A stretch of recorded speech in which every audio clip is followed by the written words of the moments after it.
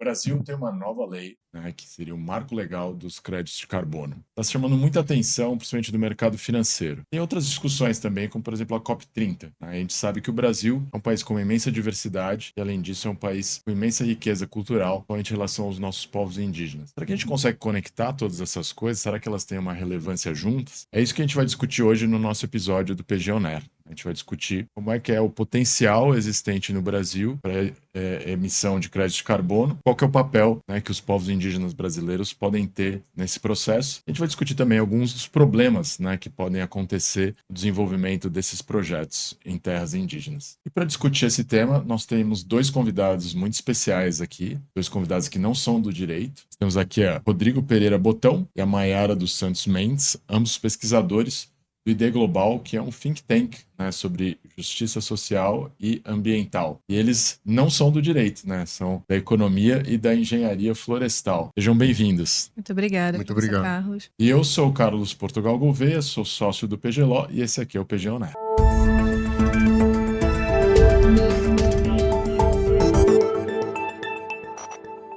Então, Maiara e Rodrigo, primeiro, assim, um prazer ter vocês aqui e eu estou muito feliz porque a gente vai conseguir discutir, né, esses temas, né, que as pessoas leem muito no jornal, crédito de carbono, mas a verdade é que as pessoas não sabem o que é um crédito de carbono, né? Então, queria primeiro começar essa discussão com vocês perguntando, né, o que é um crédito de carbono? Por que eles são tão importantes, né, como as pessoas dizem, para combater a crise climática? Bom, para contextualizar um pouco, para as pessoas entenderem o que é o crédito de carbono, acho que é bom primeiro entender que o mundo passa por um processo de aquecimento global, né, muito severo.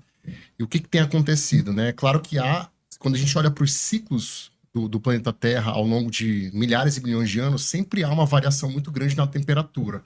Só que a grande diferença é que desde o período da Revolução Industrial, há um aquecimento muito mais rápido, né? Então, nos últimos 100, 150 anos, houve um aquecimento de 1,5 graus Celsius. E isso impacta praticamente tudo na nossa vida. Impacta a agricultura, né? Impacta a indústria, impacta as sociedades. E esse processo a gente precisa botar o pé no freio, né? Para que o mundo deixe de ter a sua temperatura média global aumentada. Então, para isso, as empresas e governos precisam atingir metas de redução de carbono, né? Porque com o processo da Revolução Industrial, grandes indústrias passaram a emitir muito gás carbônico, CO2, que é o grande vilão em toda essa história. Então, para reduzir essa quantidade de CO2, as empresas precisam compensar essa quantidade de emissão. Então, criou-se o mercado de carbono, onde existem certificadoras que vão certificar os projetos de carbono, e aí um carbono equivale a 1 tonelada de CO2, né? Isso dentro da metodologia das certificadoras. E as empresas vão ao mercado regulado ou voluntário, né? Atualmente o mercado voluntário é o que tem dominado, porque a regulação, né? O que é a regulação? São as regras do jogo, né? Isso está acontecendo no mundo, e principalmente no Brasil. Então essas regras do jogo ainda estão sendo definidas, né? Então, as empresas e governos precisam ir até esses projetos e negociar esses créditos. Então, eles compram esses créditos para poder compensar e, no final do dia, ter a equação de quanto eles estão emitindo de CO2 e quanto tem que ser reduzido, ela tem que se igualar. Então, o crédito de carbono é uma forma das empresas e governos poderem compensar esse impacto que eles têm realizado no mundo. Rodrigo, muito obrigado. Acho que ficou bem mais claro.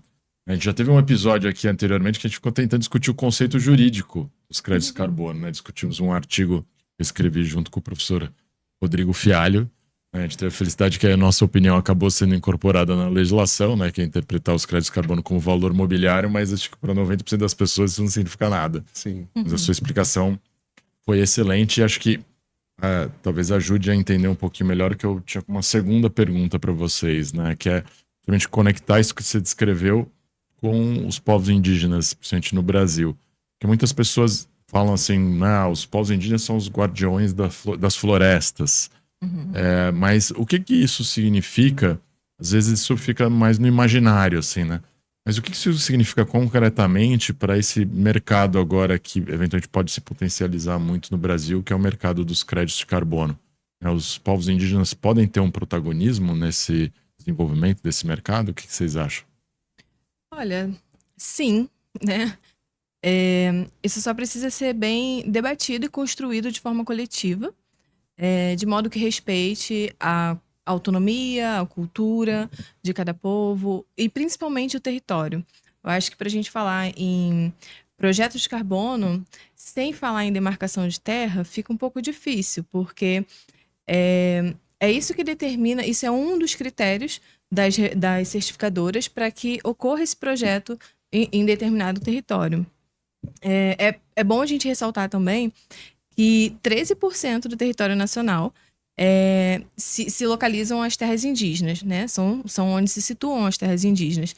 E dentro desses 13% desses territórios, 20% concentram a vegetação nativa do país. Então, são territórios muito preservados.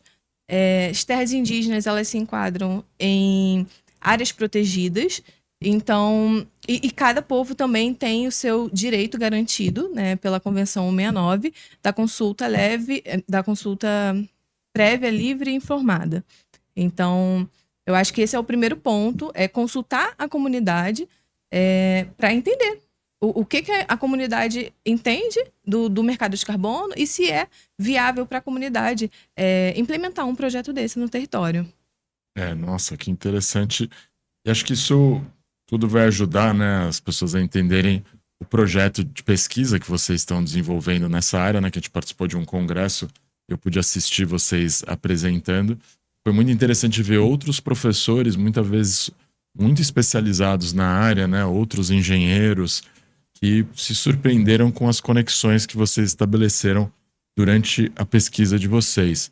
Vocês poderiam explicar um pouquinho melhor, né, o que é esse projeto que vocês estão desenvolvendo? Posso sim. Então, a gente está desenvolvendo um projeto de mapear esses projetos de carbonos, né, no Brasil. Então, olhar para esses, somente para dados do Map Biomas, né, esses dados de georreferenciamento, e entender onde os projetos de carbono estão localizados no Brasil. E saber se eles estão próximos a comunidades indígenas ou se estão dentro de comunidades indígenas. E a partir desse mapeamento, a gente vai entender qual é o limite que esses projetos têm atingido em termos territoriais. Se de fato eles estão ultrapassando esses limites das comunidades e se essas comunidades, principalmente como a Mayra falou, se elas foram consultadas nesse processo, né? Porque é importante que, como a gente entende que as comunidades indígenas são as donas, os guardiões da floresta, como você comentou, elas precisam estar cientes de todo esse processo. Então, a consulta tem que ser feita diretamente com eles e todo esse processo de certificação feita pelas empresas que certificam os créditos de carbono precisa estar muito claro, transparente, né? Porque para que isso, com essa negociação mais transparente, a gente consegue ter um projeto de uma floresta em pé que vai ser um grande sumidouro de carbono, né? Porque a gente tem que entender a floresta como um grande sumidouro de carbono, ela tem uma capacidade de armazenar carbono muito grande. Então, só o fato de você manter uma floresta em pé, você já consegue gerar um potencial de carbono muito grande. E isso, na prática, gera o quê? Mais créditos de carbono, e as empresas vão se interessar em comprar esses créditos. E comprar o crédito é basicamente transferir essa renda para as comunidades. Só que o que tem acontecido é que a gente tem percebido que esse capital não tem chegado às comunidades. As empresas acabam se beneficiando de uma negociação não muito clara, né? E entendendo que a ponta mais vulnerável, que é a comunidade indígena, acaba não entendendo os detalhes do contrato, né? E acaba que eles não saem beneficiados nesse processo. Sim. Nossa, que legal. Então, que agora a gente, em tese, vai ter esse mercado regulado, né? Não temos ainda, mas espera-se que em algum momento o governo estabeleça os parâmetros desse mercado regulado. Mas, por enquanto, a gente ainda está operando em um mercado voluntário. Uhum. E é interessante que, pelo que vocês estão descrevendo, por exemplo, esses dados, a localização dos projetos com georreferenciamento, ou seja, tecnologias que são conhecidas, esses dados ainda não foram cruzados, né? E não existe um banco de dados público, né, da existência desses projetos. Então, é esse banco de dados que vocês estão construindo, né? Para você conseguir identificar os projetos e ver se eles, de repente, estão se sobrepondo ali a uma terra indígena que eventualmente não foi consultada, né? Então, tentando identificar se existe algum problema no desenvolvimento desse projeto, né? Uhum. Então, tipo, dá para ver muito bem assim o que vocês estão trazendo de novidade aí pro debate. E também algo que pode inspirar a regulamentação, né, do projeto. Com certeza. A necessidade de você ter transparência em relação a esses projetos, ela existe no mercado voluntário, mas vai existir também no mercado regulado, né? E em toda essa investigação que vocês fizeram, né, vocês ainda estão na fase inicial do projeto, mas o que surpreendeu mais vocês nesse processo?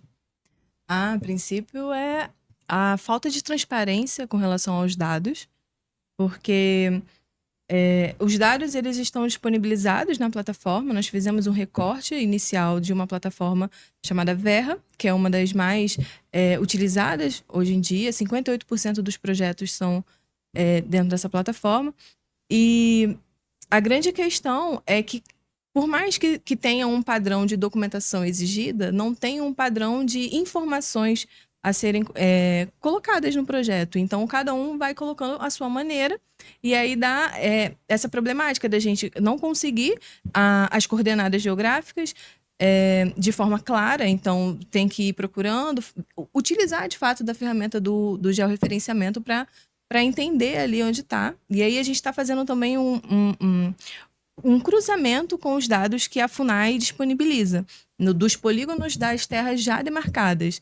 Então, essa análise vem dessas coordenadas que estão nos projetos e todas as práticas que eles colocam como executadas sobre essa distribuição dos benefícios, essa comunicação com a comunidade, em contrapartida com o que a FUNAI disponibiliza. Então, nós estamos cruzando esses polígonos e identificando quais são os projetos que estão próximos a essas terras. E dentro dos dados disponibilizados pelos autores do projeto, eles também disponibilizam os polígonos. Só que até a forma de disponibilizar esses dados, eles fazem um compilado de muitas áreas.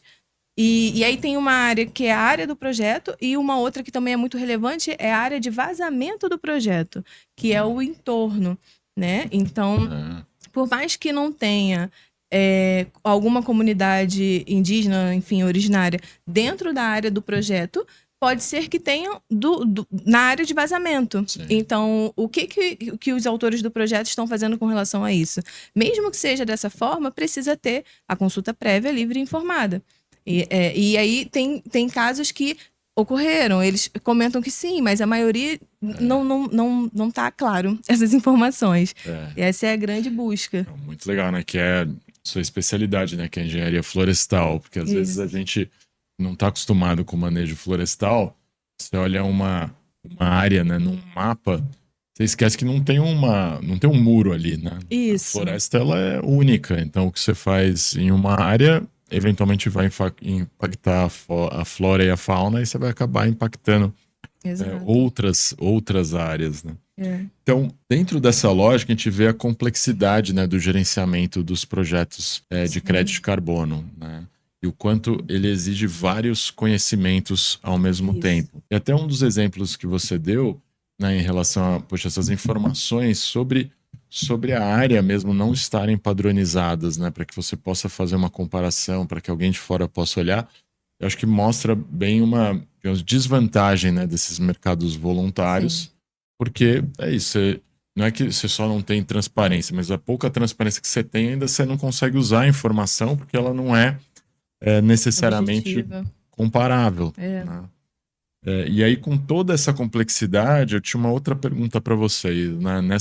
Nesse encontro entre essa técnica extremamente complexa, né, da implementação de projetos de crédito de carbono e esse encontro, né, com os povos indígenas, será que quais são os elementos que podem fazer com que esse encontro seja positivo, né, para ambos os lados, e quais são os elementos que de repente podem gerar problemas, né, gerar novas formas, né, de dependência e eventualmente, né, você ter uma relação no qual os benefícios, por exemplo, não vão chegar nem aos povos indígenas, nem ao ecossistema lá que deveria ter sendo protegido por esse projeto.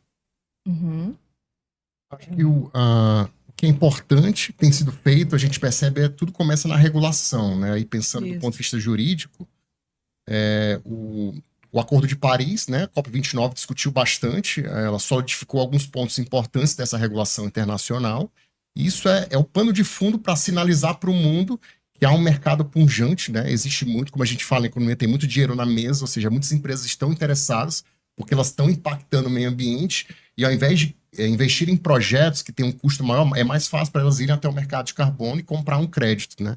Sim. Então, a COP29 discutiu isso muito bem, e aí o Brasil, nessa esteira, já aprovou a regulação recente, né, do mercado de carbono, e eu acho que esse é um bom início, porque você está definindo as regras do jogo, né, tanto do ponto de vista da geopolítica climática, quanto do ponto de vista nacional. Né, e definindo as regras, você parte para entender quais são as necessidades, né, qual é a necessidade hoje da comunidade indígena, né, e ela, claro, ela precisa entender o que de fato é esse projeto, esse é um grande desafio também, e como é que as empresas podem participar mais ativamente, mais transparente nesse processo, né? Para que não gere uma contrapartida só para um lado. Então, eu acho que é importante, o primeiro passo está sendo feito, que é a definição dessas regras do jogo, né? Gostei, Rodrigo, para um economista até que você está entendendo bem aí o funcionamento do Legal, sistema jurídico, né? E, Mayara, uma coisa que eu queria te perguntar, né, até aproveitando um pouquinho o que o Rodrigo comentou, dentro, né, ele falou um pouco da importância da regulação. Sim. E você já tinha mencionado uma coisa interessante, que é esse consentimento prévio, né? Que acho que a maior parte das pessoas que não trabalha, né, com povos indígenas ou não trabalha com questões ambientais, talvez não saiba exatamente o que é isso.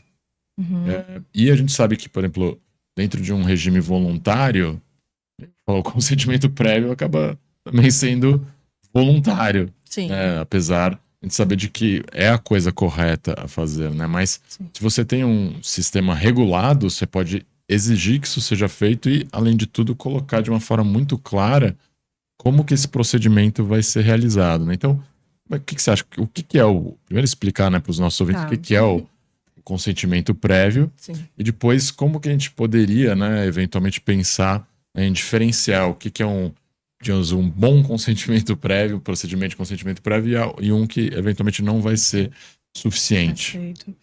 Tá. O consentimento prévio, ele é embasado pela Convenção 169, que determina que povos tribais e originários, enfim, eles devem ser consultados por qualquer tipo de intervenção no território, intervenção na sua cultura, e isso é um consentimento do coletivo, não é uma liderança que vai determinar isso. É, de fato, uma reunião, e não só uma, mas aí cada povo tem a sua forma de se organizar, que são formados por assembleias comunitárias, onde são expostas justamente essas propostas. E aí todo mundo se coloca e vê se faz sentido ou não. Além dessa questão mais de resposta a isso, mas tem a questão também espiritual, que deve ser respeitada. Então, qualquer intervenção em um território tradicional tem a questão espiritual também, e cada povo é único. Então, os encantados desses povos também são consultados para ver se isso faz sentido. Eu acho que a grande questão, professor, é que apenas 1% dos territórios indígenas do Brasil, eles sofrem com o desmatamento, né? Tendo em vista que o desmatamento está aumentando e acho que é justamente por isso que está essa corrida para regulamentar esses tipos de projeto. Mas também a gente precisa pensar de forma mais macro, vamos dizer assim. O desmatamento ele tem aumentado e também dentro da Convenção 169 tem a questão da autodeterminação. Né? Você que determina o seu povo, você que sabe a sua história. Então, isso é o seu direito de se colocar no mundo. E isso precisa ser respeitado. A consulta livre, prévia e informada é justamente para isso. E dentro desses projetos que a gente vem mapeando, é muito citado que tem povos e comunidades dentro de propriedades que são determinadas como privadas. Eu acho que essa é a grande questão. Então, falta esse conhecimento também dessa legislação internacional, desse letramento sobre a temática indígena e tradicional, entendeu? Para que seja de uma forma fluida. E aí, a principal questão, acho que o cenário ideal, vamos colocar assim, seria, primeiro, a demarcação da terra e que ocorresse esse protagonismo dos povos. Então, que os povos construam os seus projetos. E aí, a gente também tem uns casos, um caso específico, né, que é o caso Suruí, que foi dentro do mapeamento, foi esse que a gente encontrou que foi o único que é, de fato, com protagonismo indígena. Então, assim, para a gente está sendo maravilhoso estudar, porque eles têm uma organização interna própria, autônoma, chamada Parlamento Paiter Suruí, né? É do povo Suruí. Então, eles que determinam, e os créditos e os benefícios vão para eles, e eles determinam como isso vão se dar. Num cenário ruim, acontecem essas situações, onde o povo que está situado ali dentro, ele não tem voz e nem é reconhecido, sabe? Então, não se sabe como que está sendo esse benefício. Algumas coisas que a gente viu também nesse mapeamento é que, às vezes, o benefício dado para essas comunidades é um dia de intervenção, é como se fosse um dia onde vai tirar documento, onde vai tratar sobre a saúde bucal, onde os médicos vão no território. Então, são coisas que não são suficientes, são básicas, mas não são suficientes para suprir a necessidade da comunidade local. E Mari, o protagonismo indígena começa também por você, né? Uma pessoa indígena, né, que está justamente desenvolvendo todo esse conhecimento, né? E a gente imagina, né, que eventualmente a pesquisa que vocês estão fazendo, né, vão ajudar, né, não só os povos indígenas brasileiros, mas o Brasil como um todo, né, a se desenvolver e conseguir explorar toda essa riqueza, mas de uma forma completamente sustentável, né, e que beneficia o mundo inteiro, como o Rodrigo também colocou. O objetivo final dos mercados de carbono é combater, né, o aquecimento global. Então é algo que a gente faz aqui no nosso país, mas que sem dúvida tem o potencial, né, de beneficiar todo mundo. Então eu queria parabenizar muito vocês pela pesquisa. Espero que vocês possam voltar aqui no futuro, no PG On Air, para falar dos resultados finais, né? Estamos ansiosos aqui. Parabéns mais uma vez. Gratidão pela oportunidade.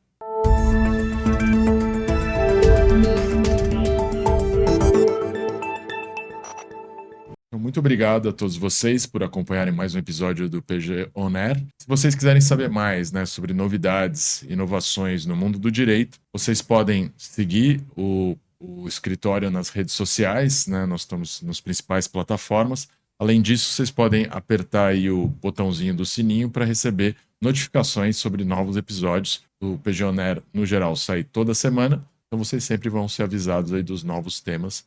A gente espera encontrar vocês no próximo episódio.